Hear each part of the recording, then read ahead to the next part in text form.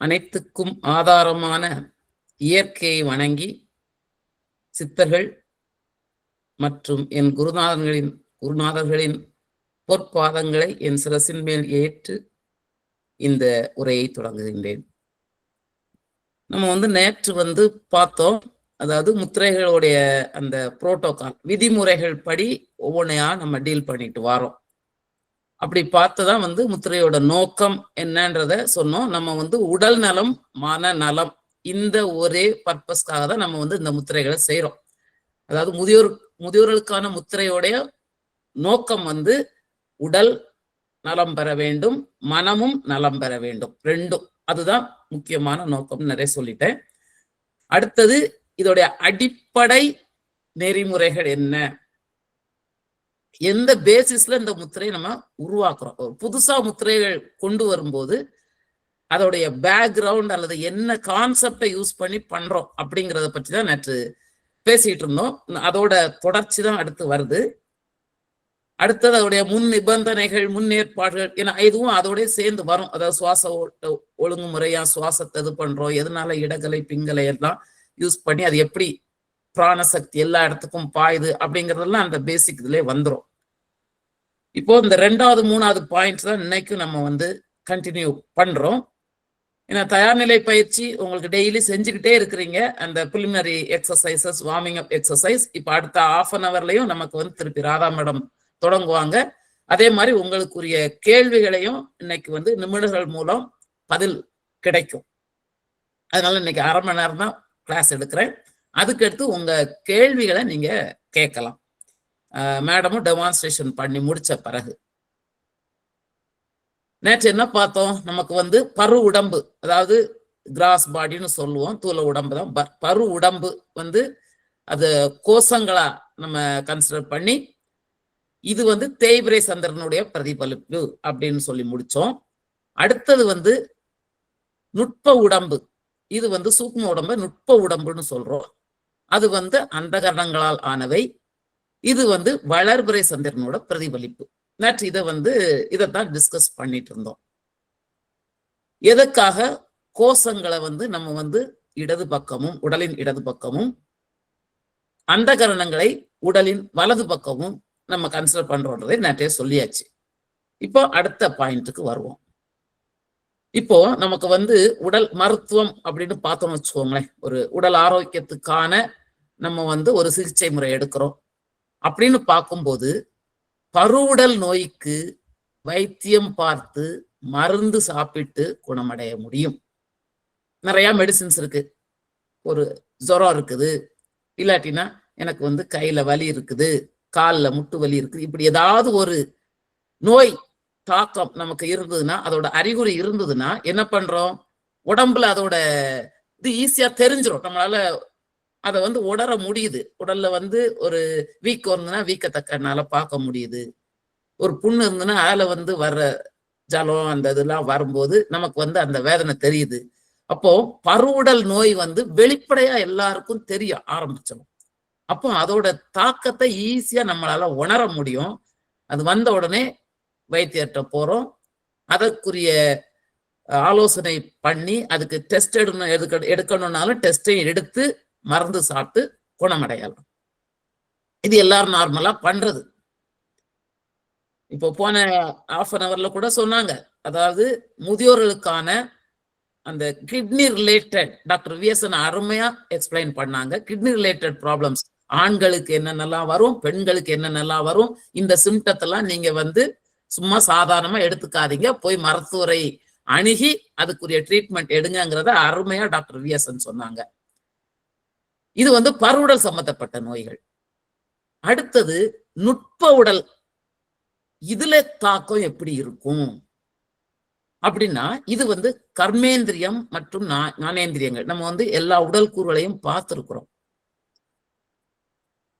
ஞானேந்திரியங்கள்னா தெரியும், கண், காது, மூக்கு. அதே மாதிரி கர்மேந்திரியங்கள்னா கை, கால், இந்த உறுப்புகள்லாம். இந்த ஃபங்க்ஷன்ஸ் ஆஃப் தீஸ் ஆர்கன்ஸ், அதாவது இந்த கர்மேந்திரியங்களும் ஞானேந்திரியங்களும் வேலை செஞ்சு அதனால ஏற்படக்கூடிய பாதிப்புகள் இது எங்க போய் தாக்கத்தை உண்டாக்கும்னா அந்த கரணங்கள்ல.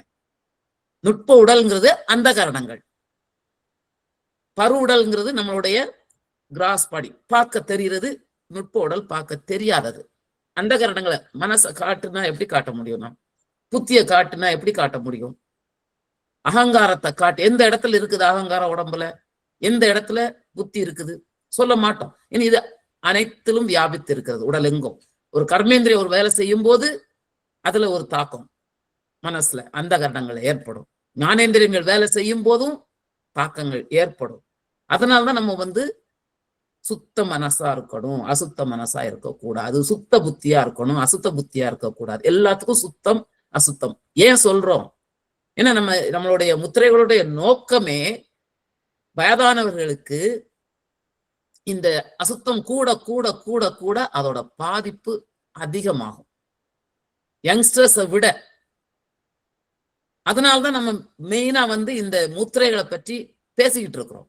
எந்த வழியில இது நமக்கு உபயோகமா இருக்குன்னா, இதுல நமக்கு அந்த பாதிப்புகளுக்கு நேரடியா ட்ரீட்மெண்ட்னு போக ரொம்ப கஷ்டம். சில மன சம்பந்தப்பட்ட வியாதிகளுக்கு ட்ரீட்மெண்ட் இருக்குது. இருந்தாலும் முதல்ல ஆரம்பத்துல சின்ன சின்ன தாக்கங்கள் இருக்கிறது நமக்கு அதை உணர்றதே கஷ்டமா இருக்கும். ஏன்னா அதோட பாதிப்புகள் உணர்வுகள் உள்ளால இருக்குது. அந்த சூக்ம உடம்புல மனதுல தாக்கம், மனதுல அழுத்தம் அது ரொம்ப வரும்போதுதான் வெளிப்படும். இது வயோதிகர்களுக்கு ரொம்பவே அதிகம் இருக்கும் இந்த தாக்கம். நம்ம செய்யற எல்லா ஆக்டிவிட்டினாலே உள்ளால தாக்கம் நடக்கும். ஒவ்வொரு உணர்வுக்கும் ஒரு ஒரு உஷ்ணம் உண்டாகும். அந்த உஷ்ணம் நல்ல உஷ்ணமா கெட்ட உஷ்ணமா அதெல்லாம் இருக்குது. அதை பொறுத்தும் உங்களுக்கு அந்த மனம், புத்தி, சித்தம், அகங்காரத்துல தாக்கம் வரும். இத புரிஞ்சுக்கணும். ஏன் வயோதிகர்களுக்கு அதிகம் வருதுன்னா, ஏற்கனவே நிறைய மன அழுத்தத்துல இருந்திருப்பாங்க. நிறைய அக்குமுலேட் ஆகி வந்தது. சில நேரம் அது வெளிப்படாம இருந்தது, திடீர்னு வெளிப்பட ஆரம்பிக்கும். அதனாலதான் நம்ம நேற்றே என்ன பார்த்தோம்? எதையுமே உள்வாங்காம இருங்க. அதாவது ஒரு நிகழ்வு நடக்குன்னா அதை உள்ளால அதை நினைச்சு நினைச்சு நினைச்சு நினைச்சு அழுது மனசுக்கு அழுத்தத்தை கொடுத்து அப்படி பண்ணக்கூடாது. சின்ன சின்ன விஷயங்களையுமே நம்ம ரொம்ப சென்சிட்டிவா எடுத்துக்குவோம். அந்த சென்சிட்டிவா எடுக்கிறது கொண்டு போய் அந்த கரணங்கள்ல பாதிப்பை உண்டாக்கும். அதுக்கு மருத்துவம் அரிது. அததான் புரிஞ்சுக்கணும். அப்போ இதுக்கு என்னதான் வழி? அதுக்குதான் நம்மளுடைய பெரியவங்க எல்லாம் சொல்லியிருக்காங்க, யோகம் பண்ணு, யோகாசனம் பண்ணுங்க, மெடிடேஷன் பண்ணுங்க, மனசை ஒருமுகப்படுத்துங்க. அந்த வகையை சேர்ந்ததான் இந்த முத்திரை. இந்த நுட்ப உடலையும் இந்த முத்திரைகள் சரி பண்ணும். ஆனா அவ்வளவு ஈஸி கிடையாது. இந்த உள்ளால உள்ள ட்ரீட்மெண்ட்டுக்கு நம்ம மருத்துவத்துல சில இது இருக்குது. நான் மொத்தமே இல்லைன்னு சொல்ல மாட்டேன். ரொம்ப பாதிப்பு அடைஞ்சதுக்கு அப்புறம் தான் அதுக்கு போவீங்க. அந்த ட்ரீட்மெண்ட் ரொம்ப கஷ்டமாயிடும். அதனாலதான் ஏன் இந்த முத்திரை ரொம்ப முக்கியம்னா, நுட்ப உடலை ட்ரீட் பண்றதுக்கு யோகாசனம், மெடிடேஷன் அது மாதிரி இருக்கிறத விட இந்த முத்திரை மிகவும் எளிதானது. வயோதிகர்களுக்கு இது ரொம்பவும் முக்கியம். சோ அந்த கருத்தை முதல்ல தெளிவா தெரிஞ்சுக்கணும். ஏன்னா அந்த உணர்வு மூலமா வர்ற தாக்கத்தை நம்ம கண்டுக்கிறதே இல்லை. அதனாலதான் கோவப்படாதீங்கிறாங்க. ஒருத்தங்கிட்ட கோவப்பட்டீங்கன்னா அது ஆட்டோமேட்டிக்கா உள்ளால ஹார்மோன் நார்மலா சுரக்கிறத விட கூடுதலா சுரக்கும் அல்லது குறைச்சி சுரந்து அதோட ஃபங்க்ஷனை கெடுத்துரும். அதோடது தாக்கம் ரொம்ப லேட்டா தெரியும் அந்த பரு உடல்ல. அப்போ நம்ம மனசுதான் எல்லாத்துக்கும் காரணம். மன விகாரம், மன எண்ணங்கள் அடிக்கடி அந்ததையே நினைச்சு நினைச்சு நினைச்சு நினைச்சு மனசை நம்ம அப்படியே எக்ஸ்பேண்ட் பண்ணிட்டே போறது. மன விருத்தின்னு சொல்றோம் இல்லையா? மன விருத்தி, மன விகாரம் ரெண்டும் ஒண்ணுக்கு ஒண்ணு ரொம்ப க்ளோஸ்லி ரிலேட்டட். அப்போ மனதை விருத்தி பண்ணாம இருக்கிறது எப்படி? அதுதான் ரொம்ப கஷ்டம். மனதின் விகாரம் ஆட்டோமேட்டிக்கா மன விருத்தி ஆக ஆக விகாரம் விடும். அது அதோட ரிசல்ட், அவுட்கம். அப்போ அத குறைக்கிறது எப்படி? மன விருத்தியை குறைக்கிறது எப்படி? என்னால கண்ட்ரோலே பண்ண முடியலையே, என் மனசு போயிட்டே இருக்கே, சுவாசம் இருக்கிற வரைக்கும் எண்ணங்கள் கொண்டே இருக்கும். அத முதல்ல நல்ல எண்ணங்களா மாத்ததுக்கு பழகணும். அந்த நல்ல எண்ணங்களா மாறுறதுக்கு இந்த முத்திரை செய்ய செய்ய கண்டிப்பா உங்களுக்கு எண்ணங்கள் நல்லபடியா வந்துடும். அதனாலதான் இந்த முத்திரைகள் வந்து வயதுகளுக்கு ரொம்ப முக்கியம். அவங்க ஈஸியா சென்சிட்டிவ் ஆயிடுவாங்க. ஏன்னா உடல் நலம் குறைய குறைய மனசும் வந்து வீக் ஆயிட்டே இருக்கும். அப்ப சின்ன சின்ன தாக்கங்களும் அவனுக்கு பெரிய ஒரு பாதிப்பை உண்டாக்கும். சில நேரம் அந்த இயலாமைன்னு செய்ய முடியாமலே போயிடுறது.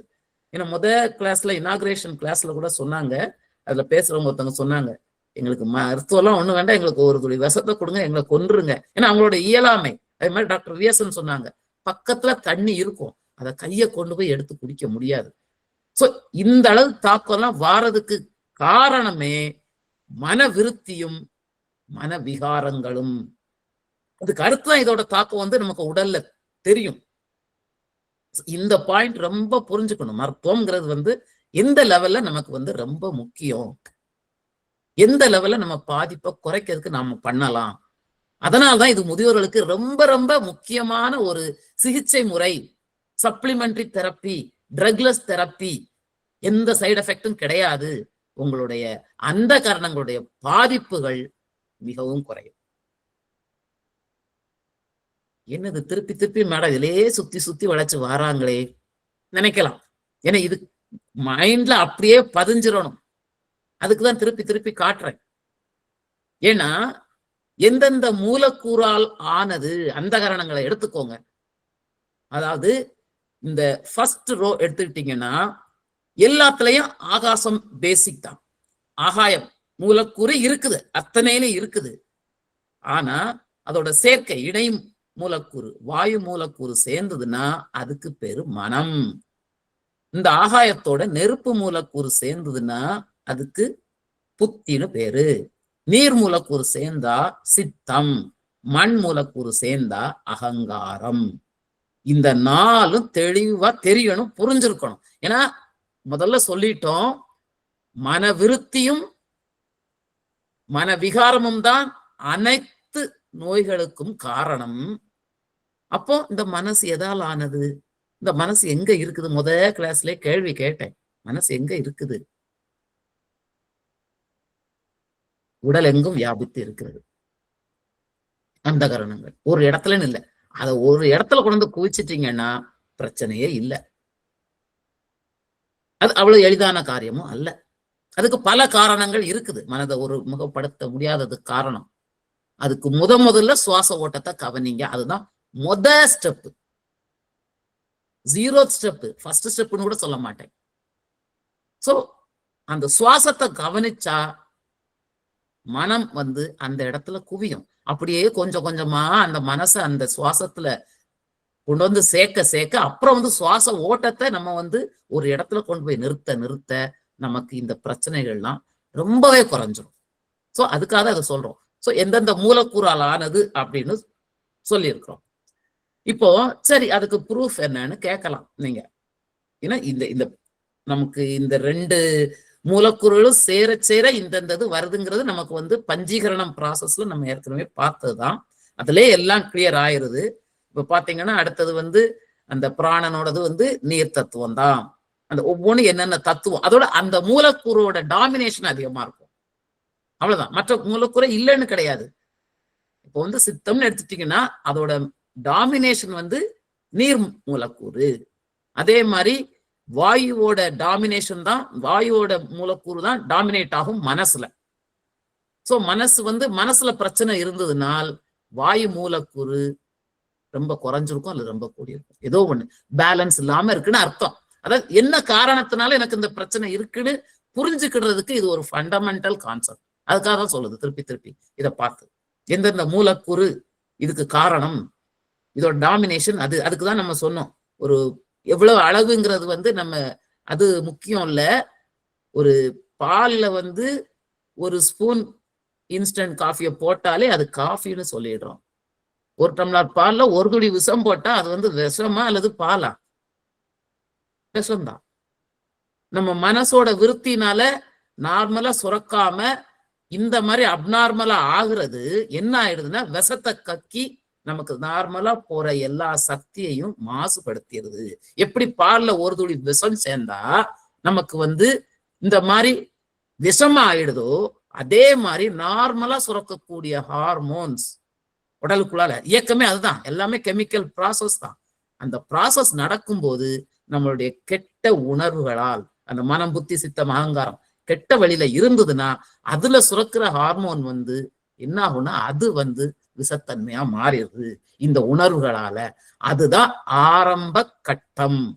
அப்போ மனதை சரி பண்ணா, அந்த காரணங்களை சரி பண்ணா உடல் வந்து ஆரோக்கியம் பெற அதிக வாய்ப்பு.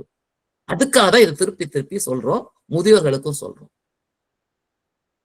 அப்போ அந்த காரணங்களின் பஞ்சபூத ரூபங்கள், அதாவது ஸ்ரீவித்யா சபர்யா வாசனா அப்படிங்கிற ஒரு புக் இருக்குது. இது வந்து கம்ப்ளீட்டா பூஜை விதிமுறைகள், ஸ்ரீவித்யாவுடைய அந்த அதுல உள்ள மந்திரம் என்ன, அதுல யூஸ் பண்ற அந்த ஸ்ரீ சக்கரம்னா என்ன, அதுல நம்ம வந்து எந்த பூஜை விதிகளை உபயோகிக்கணுங்கிறத பற்றிய புத்தகம் தான். அந்த புஸ்தகத்துல வந்து என்ன கொடுத்துருக்குன்னா நம்மளுடைய உடல் எப்படி சிருஷ்டிக்கப்பட்ட அந்த அந்த ஃபண்டமெண்டல் பேசிஸ்ல வச்சுதான் எல்லாத்தையும் எக்ஸ்பிளைன் பண்ணியிருப்பாங்க சயின்டிபிக்கா. சும்மா என்னமோ நம்ம பூஜை பண்றோம் அப்படிலாம் கிடையாது. அதுல அத்தனையும் சயின்டிபிக்கா சொல்லியிருக்கிறது ரீசன். அந்த இதுல வந்து பாத்தீங்கன்னா 4வது கண்டத்தில் மண்டல நிர்மாணம்னு ஒரு சப்டைட்டில் வருது. அதுக்கு கீழே வந்து அந்த கரணங்கள் பஞ்சபூத ரூபங்களை காணலாம். அந்த கரணங்களின் பஞ்சபூத ரூபங்கள் என்ன சொல்லுது? நம்மளுடைய பஞ்சகரணத்துல படிச்சதே தான். அந்த கரணம் ஆகாயம் முதலிய பஞ்சபூதங்களின் சத்வாம்சங்களின் சமஷ்டி வடிவமானது. என்ன சமஷ்டினா என்னன்னு சொல்லியிருக்கோம், வியஷ்டினா என்னன்னு சொல்லியிருக்கோம். சத்வாம்சம்னா சத்துவ குணத்தாலானது. அதே மாதிரி அதோடைய சமஷ்டி வடிவம் என்ன அப்படிங்கிறதுல நம்ம வந்து ஏற்கனவே பஞ்சகரணம் அதெல்லாம் பார்த்திருக்கோம். அதுக்காக தான் இதெல்லாம் சொன்னது.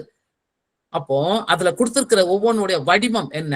ஆகாயத்தின் ரூபம் ஆன்மா, அக்னியின் ரூபம் புத்தி, வாயுவின் ரூபம் மனம், ஜலத்தின் ரூபம் அதாவது நீரின் ரூபம் சித்தம், பூமியின் ரூபம் அகங்காரம். இது அந்த புக்ல உள்ளதை அப்படியே நான் எடுத்து போட்டிருக்கேன். இது வந்து it is both in English as well as Tamil. 2 இதுலயும் எழுதியிருக்கிறாரு. யாரு? என் சுப்பிரமணிய ஐயர் சாருன்னு சொல்லுவாங்க.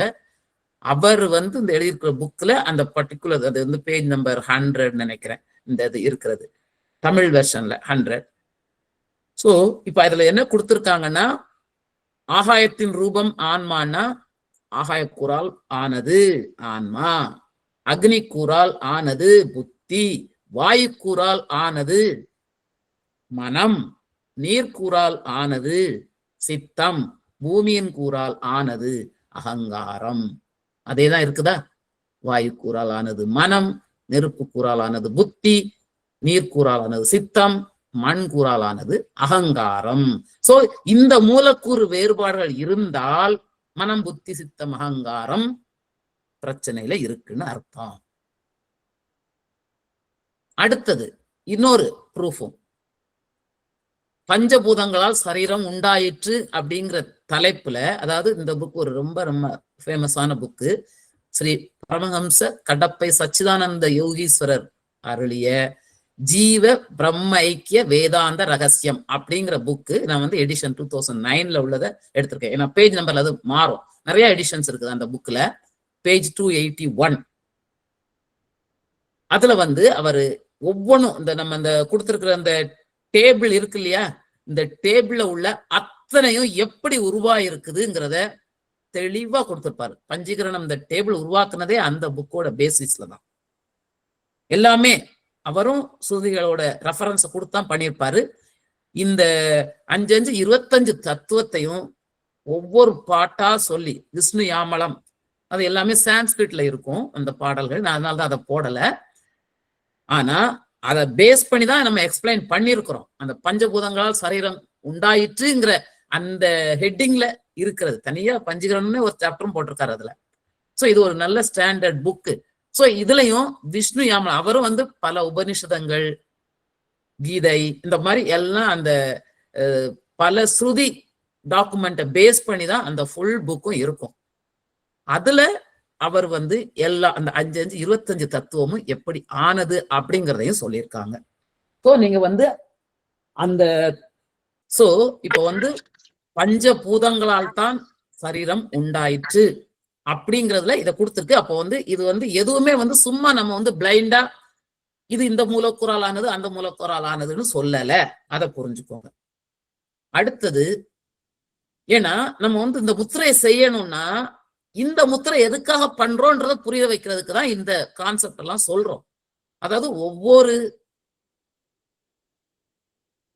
நம்மளுடைய உடல் கூறுகளும் அது பஞ்ச கோஷங்களா இருக்கலாம், அந்த கரணங்களா இருக்கலாம்.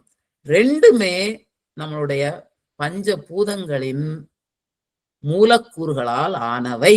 அது மனசுல தெளிவா வேணும். ஏன்னா அந்த மூலக்கூறைத்தான் நம்ம வந்து சரி பண்றதுக்கு முத்திரையை பயன்படுத்துறோம். அப்போ முத்திரையோட ஒவ்வொரு விரலும் எதை குறிக்குது அது தெரிஞ்சாதான் அப்ப மனசு சம்பந்தமா பிரச்சனை இருக்கா, அப்போ நான் எந்த விரலை தொடணும். ஏன்னா மன சம்பந்தமா உள்ளது வந்து வாயுக்கூறு, காற்று. அப்போ அதுக்குரிய விரல் எது?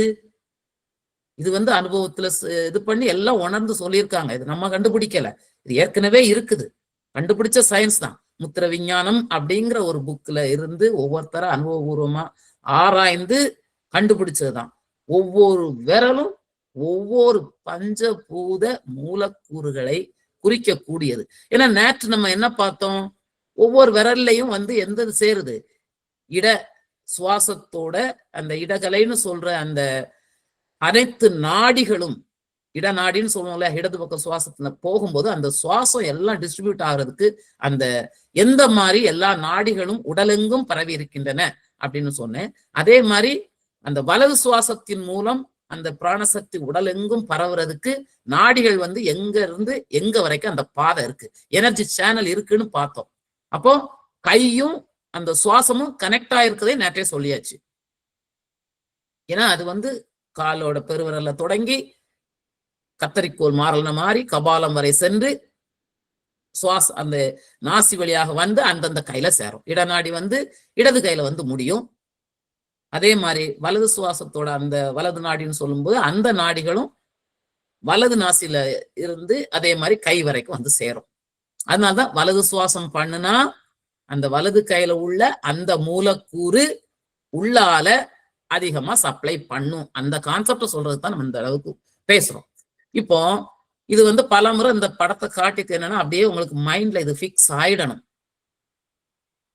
நம்ம வந்து மண்கூறு, நீர்கூறு, நெருப்பு கூறு, அடுத்தது வாயுக்கூறு, ஆகாயக்கூறு, இந்த 5 இந்த ரொட்டேஷனை வந்து நீங்க முதல்ல இந்த ஃபிங்கர்ல தொடங்குங்க. அதாவது எந்த ஃபிங்கர்? Ring finger. அந்த ரிங் ஃபிங்கர் தான் முதல்ல மண் மூலக்கூறை குறிக்கிறது. அது வழியா நம்ம வந்து தொடும்போது மண் மூலக்கூறு அதிகமா உள்ளால நமக்கு அதை தூண்டி விடுறதுக்குரிய சாத்தியம். ஏன்னா அந்த விரல்ல இருந்து போற எல்லா நாடிகளும் மண் தத்துவம் ஆல் உருவாக்கப்பட்ட ஆர்கனுக்கு சக்தியை கொடுக்கிறது. அப்படி ஒரு சிம்பிளா நினைச்சுக்கோங்க.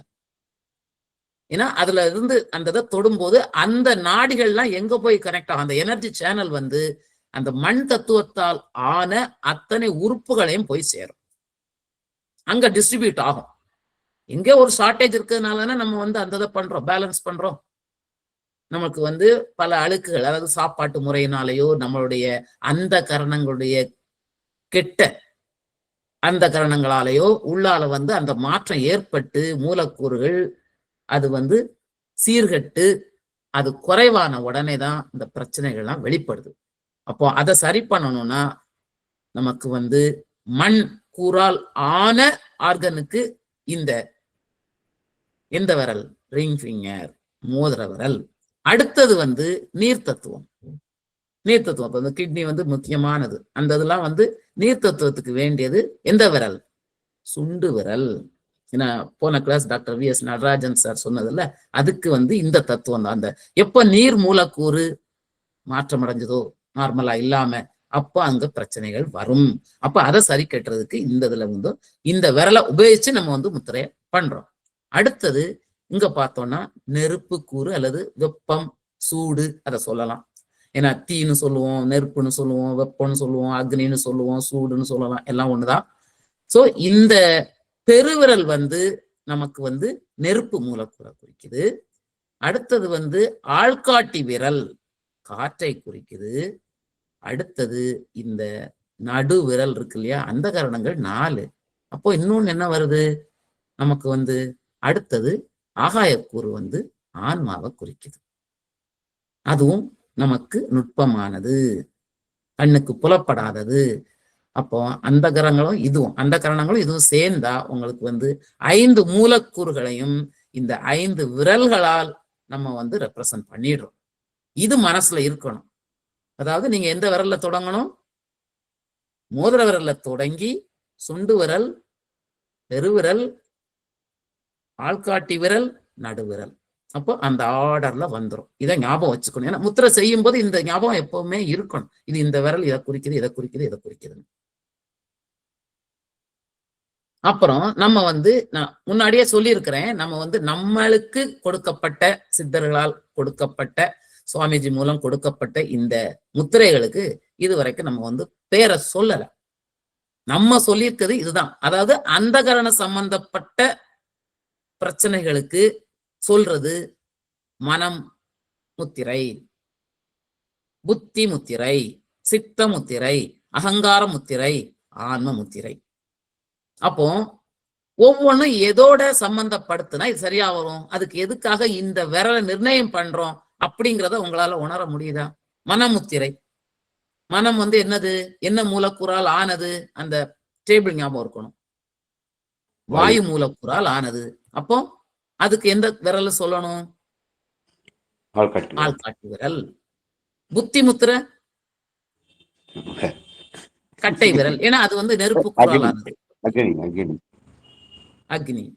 சித்த முத்திரை சுண்டு விரல். அகங்காரம் மோதிர விரல். ஆன்மா நடுவிரல்.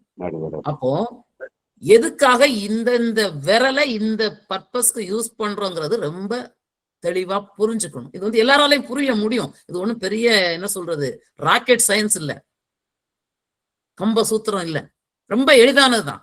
நமக்கு இந்த இது ஞாபகம் இருந்தா போதும். இந்த விரல் இந்த தத்துவத்தை குறிக்குது, இந்த மூலக்கூறை குறிக்குது அப்படிங்கிற ஒரு ஐடியா இருந்துச்சுனாலே ஓகே. இதுல தொடும்போது நமக்கு மனசு பிரச்சனைக்கு இப்ப நீங்க செய்யற முத்திரையை யோசிச்சு பாத்தீங்கன்னு வைங்களேன், உங்களுக்கு புரியும்.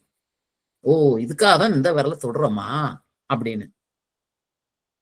அதே மாதிரி 2 கையிலையும் தெரியணும். இப்போ நமக்கு அந்த கரணங்களை ஒண்ணு சொல்லிட்டோம். அந்த கரணங்களுக்கு என்னென்ன முத்திரைகள் இத வச்சிருக்கோம்னா அந்த மூலக்கூறை பேஸ் பண்ணிதான். மனம் எந்த மூலக்கூறால் டாமினேட் பண்ணப்பட்டதோ அந்த மூலக்கூறு நமக்கு இந்த டயக்ராம் படி அந்த 5 பஞ்ச பூதங்களும் 5 விரல்களுக்கும் மேப் ஆயிருக்குது. அந்த மேப்பிங் படிதான் மனசுக்கு நம்ம ஒவ்வொரு விரலையும் நம்ம குறிப்பிடுறோம். இதை தெளிவா புரிஞ்சுக்கணும். இது ஞாபகம் இருக்கணும். ஏன்னா அது என்ன மூலக்கூறுன்னு தெரிஞ்சதுனால் ஆட்டோமேட்டிக்கா அந்த விரல் இந்த மூலக்கூறை குறிக்குது, அதனால இதை பண்ணிடலாம் அப்படிங்கிறதும். ஏன்னா இந்த ஒவ்வொன்றும் என்னென்ன மூலக்கூறை சார்ந்தது அப்படிங்கிறதுக்கு ப்ரூஃப் கொடுத்தாச்சு. அடுத்தது அதனால இந்த விரலை அதுக்காக அசைன் பண்றோம் அப்படிங்கிறதும். இப்போ இதைத்தான் அந்த மூலக்கூறு எல்லாமே இதே மாதிரிதான். நீங்க பாத்தீங்கன்னா இது நீங்க அத்தனை வாயுக்கள் 5 வாயுக்களும் என்ன மூலக்கூறால் ஆனது, கர்மேந்திரியங்கள் என்ன மூலக்கூறால் ஆனது, தன்மாத்திரைகள் புலன்கள் சொல்ற தன்மாத்திரைகள் எந்த மூலக்கூறால் ஆனது, அதே மாதிரி நம்மளுடைய ஞானேந்திரியங்கள் இது ஞானேந்திரியங்கள், இது கர்மேந்திரியங்கள் லாஸ்ட் ரோ. சோ ஒவ்வொன்றும் எந்த மூலக்கூறால் ஆனன்னு இவ்வளவு தூரத்துக்கு சயின்ஸ்ல இன்னும் எனக்கு தெரிய சொல்லல.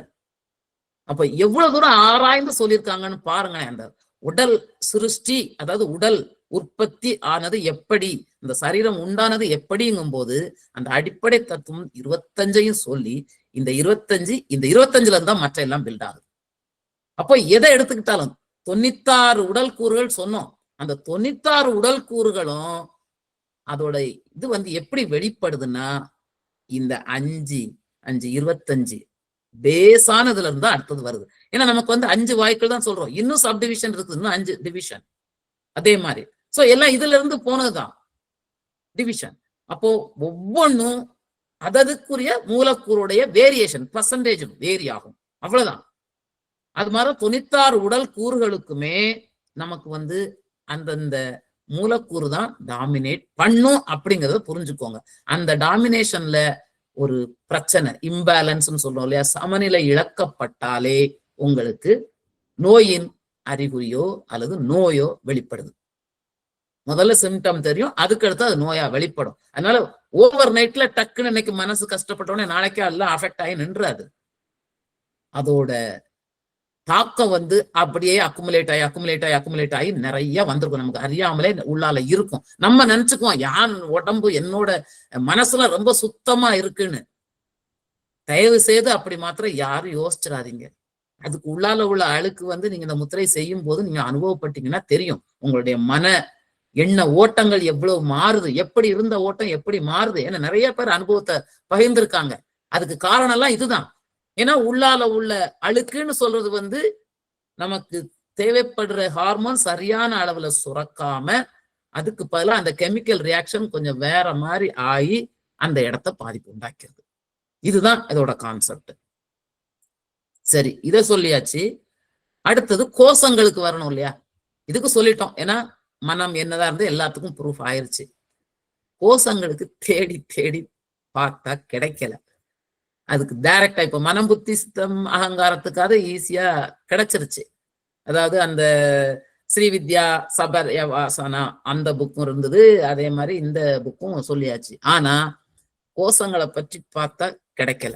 இது சுவாமிஜி தான் மண்டையை உடைச்சு இதை மேப் பண்ணது. நானும் கொஞ்சம் ஓரளவுக்கு என்னால தெரிஞ்சதை வந்து நான் உங்களுக்கு சொல்றேன், எனக்கு புரிஞ்ச அளவுக்கு. அன்னமய கோஷம், அன்னமய கோஷத்துல என்னென்னலாம் நம்ம பார்த்திருக்கிறோம்? அன்னமயம்னாலே என்னது நமக்கு தெரியுத? பிசிக்கல் ஆர்கன்ஸ், கிராஸ் பாடி, வெளியில நமக்கு தெரியுது இல்லையா? இது வந்து ரத்தம் சதை எலும்பால் ஆன உடம்பு, அதுதான் அன்னமய கோஷம். கிராஸ் பாடின்னு சொல்லுவோம், பரு உடல்னு சொல்லுவோம், கண்ணுக்கு பார்க்க தெரிகிற உடல். இதுக்கு ஏன் மோதிர விரல சொல்றோம்? அன்னமய கோஷத்துக்கு ஏன் மோதிர விரல சொல்லணும்? கெஸ் பண்ண முடியுதா? அன்னமய கோஷம் ஏன்னா அது ஃபுல்லா மண் தத்துவத்தால் ஆனது. நம்மளுடைய இது நம்ம சாப்பிடுற உணவுல இருந்து தான் அந்த சத்தெல்லாம் கிடைச்சி இது பண்ணி உடம்பே பில்ட் ஆகுது. உணவு தான் அதற்கு மூல காரணம். அந்த உணவுங்கிறது என்னது? மெயினா மண்கூறு தான். மண் கடினமாகி தாங்கும் அப்படின்னு முதல்ல சொல்லியிருக்கிறோம். அப்போ அந்த கடினமா தாங்கக்கூடிய அந்த பிசிக்கல் ஸ்ட்ரக்சர் தான் இந்த உடம்புல வந்து எல்லாத்தையும் முதல்ல நமக்கு பார்க்க தெரியுது இல்லையா? அதனாலதான் அன்னமய கோஷம் வந்து ஓகே கிளியர். அன்னமய கோஷத்துக்கு எந்த விரல்? மோதிர விரல். அடுத்தது வரலாம் பிராணமய கோஷம். பிராணமய கோஷத்துக்கு நம்ம வந்து சுண்டு விரல் கொடுக்கிறோம். நினைக்கலாம் பிராணமயம் வாயு தானே, வாயு நீர்லையும் அடங்கிவிடும், வாயு நீர்ல அடங்கிவிடும். அதுக்கு முன்னாடி இப்ப வந்து மனோமய கோஷத்தை எடுத்துக்கோ. ஏன்னா ஒவ்வொரு கோஷத்துக்கும் என்னென்னு சொல்லியிருக்கிறோம், ஏற்கனவே நம்ம பார்த்திருக்கிறோம். அன்னமய கோஷம் வந்து அந்த சப்த தாதுக்களால் ஆன முழு உறுப்புகள். பிராணமய கோஷம் வந்து பிராணமயம், விஞ்ஞானமயம், மனோமயம் மூணையுமே வந்து அதை வந்து நுட்பமானதுன்னு சொல்லிட்டு பிராணமய கோஷம் வந்து நமக்கு வந்து என்ன சொல்லுவோம், அந்த பிராணனை தான் மெயினா சொல்லியிருப்போம். அதே மாதிரி விஞ்ஞானமய கோஷம் புத்தி பிளஸ் எது வரும்? புத்தியும் ஞானேந்திரியமும் சேர்ந்தது. மனோமய கோஷம் என்னது? அது வந்து மனது வந்து நமக்குடைய அந்த எண்ணங்கள் அந்த இதெல்லாம் வரும்போது அது வந்து வாயு கூறு. வாயுதான் அந்த மனசுக்குரியது. ஏன்னா மனசு வந்து எண்ணங்கள் தடிமாறிக்கிட்டு அப்படியே அலைபாய்ந்துட்டு இருக்கிறதுக்கு காரணமே அந்த வாயுக்கூறு தான். சோ அதனால மனோமயத்தை வாயுக்கூறோட கனெக்ட் பண்றோம். மற்ற நாளும் போயிடுச்சுன்னா மத்தியில் உள்ளது. ஏன்னா ஆனந்தமய கோஷம் வந்து பாத்தீங்கன்னா அந்த ஆனந்தமய கோஷம் வந்து it is very much closer to the soul. ஆன்மாவை மூடி இருக்கிற முதல் உரை வந்து அந்த ஆனந்தமய கோஷம். அதனால ஆனந்தமய கோஷத்தை அதுக்கு கனெக்ட் பண்ணியாச்சு. மனோமய கோஷம் அத வந்து நமக்கு வந்து மனம் வந்து வாயு கூறால் ஆனது. அதனால வாயு ஆள்காட்டி விரல். விஞ்ஞானம் புத்தி எப்பவுமே எது? புத்தியோடது என்னது? ஏன்னா நம்ம அந்த டேபிள்ல உள்ளதான் காரிலேட் பண்ணணும். விஞ்ஞானமய கோஷம் வந்து அதுக்கு என்ன எக்ஸ்பிளனேஷன் கொடுத்துருக்குறோம்னா புத்தி பிளஸ் ஞானேந்திரியம். அந்தது புத்திக்கு வந்து அக்னி, நெருப்பு. அதனாலதான் அதுக்கு கட்டை விரல். அப்புறம் மிச்சம் இருக்கிறது பிராணமய கோஷம், சுண்டு விரல். அப்போ ஒவ்வொரு கோஷத்துக்கும் ஒவ்வொரு விரல் சொல்றது அதோட அந்த கூறுனாலதான். அதுவும் ஒரு காரணம், மனம் புத்தி சித்தம். ஏன்னா இந்த மனோமய கோஷம் மனசோடதுதான் மெயினானது. மனம் பிளஸ் கர்மேந்திரியம் சேர்ந்ததுதான் மனோமய கோஷம். புத்தி பிளஸ் ஞானேந்திரியம் சேர்ந்ததுதான் விஞ்ஞானமய கோஷம். அதனால்தான் அதுக்கு வாயு, நெருப்பு அப்படின்னு வச்சுட்டோம். சித்தம், அகங்காரம். அகங்காரம்னா நம்ம தொழில் படுறது. நம்ம தொழில் படுறது பிசிக்கல் பாடியை வச்சுதான் பண்ணுவோம்.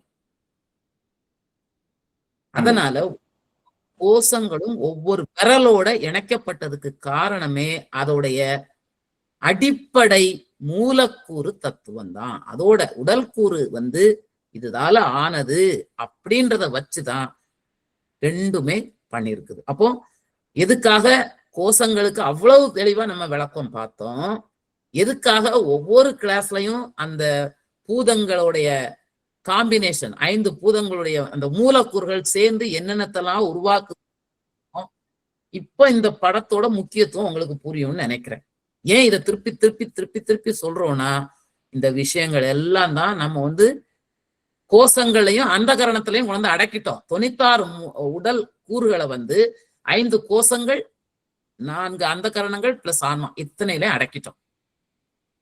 அப்போ இதுக்கு வந்து தேவையானது நம்ம கை மூலம் அதுக்குரிய சிகிச்சை முறையை பண்ண போறோம். அதனாலதான் அந்தந்த மூலக்கூறுகளின் அடிப்படையில் ஏற்கனவே இருக்கிற இந்த உடல்ல நம்ம விரல்ல உள்ள அந்த பஞ்சபூத தத்துவத்தையும் கனெக்ட் பண்ணி இதன் மூலம்தான் உள்ளுக்குள்ளால நம்ம பிராண சக்தி ஓட்டம், உயிர் சக்தி ஓட்டத்தை நம்ம வந்து தூண்டி, அப்போ அதுல ஏற்படுற ஷார்டேஜ் எல்லாம் சரியாகி நமக்கு வந்து உடலுக்கு மனதுக்கு நலம் கிடைக்குது. அதாவது நம்ம வந்து பாத்தீங்கன்னா இப்போ டயபெட்டிஸ்க்கு சொல்லியிருக்கிறது என்னெல்லாம் சொல்லியிருக்காங்க, நமக்கு வந்து அன்னமய கோஷமும் சொல்லியிருக்காங்க, அதே மாதிரி மனோமய சாரி இந்த சைடு பாத்தீங்கன்னா நமக்கு வந்து டயபெட்டிஸ்க்கு வந்து அந்த ஆர்கன் சம்பந்தமா பார்க்கும்போது உங்களுக்கு வந்து என்ன வரும், மண் தத்துவம், இந்த ஃபிங்கர் அதாவது மோதிர விரல் வரும். அதோட மனோமய கோஷமும் சேர்ந்து, ஏன்னா மனசுதான் அதுக்கு ரொம்ப காரணம். அதுக்காக தான் இவ்வளவு நேரம் சொன்னது. அதாவது நுட்ப உடல்ல வந்து தாக்கம் ஏற்பட்டுதான் உங்களுக்கு வந்து இந்த பரு உடல்ல தெரிய வரும். அப்போ அந்த நுட்ப உடல்தையும் சரி பண்ணாதான் பரு உடல்ல சரியாகும்.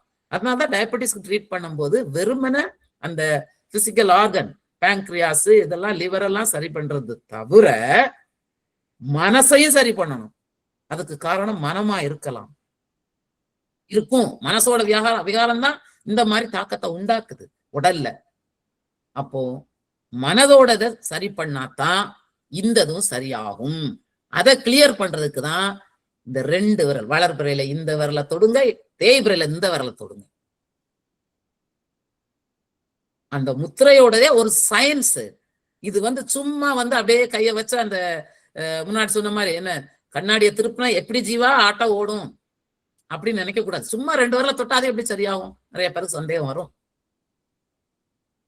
அதுக்குரிய காரணம், விளக்கம், இது அடிப்படையா புரிஞ்சே ஆகணும். அப்ப இப்ப நீங்க நினைச்சு பார்க்கும்போது ஒவ்வொரு டைமும் கிளாஸ் நம்ம வந்து பார்த்தது வெறுமனை நம்ம என்னன்னு தெரிஞ்சுக்கிறதுக்கு இல்ல, இந்த தத்துவங்கள் அதுல உள்ள உடல் கூறுகள் ஏன் தெரிஞ்சுக்கிட்டோம், ஏன்னா உடம்ப இந்த அந்தகரணங்களும் பஞ்சபூதங்களையும் அடக்கிறதும் உடம்போட என்டையர் திங்.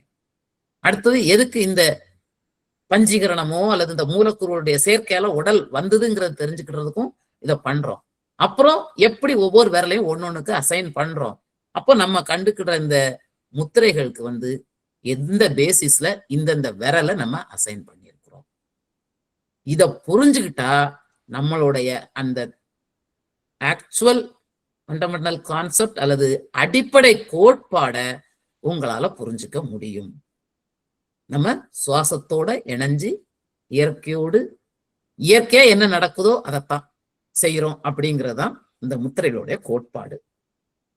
நான் நினைக்கிறேன் இதோட முடிச்சுக்கலாம்னு நினைக்கிறேன் இல்லையா? அடுத்த கிளாஸ் கண்டினியூ பண்றேன். ரொம்ப நன்றி.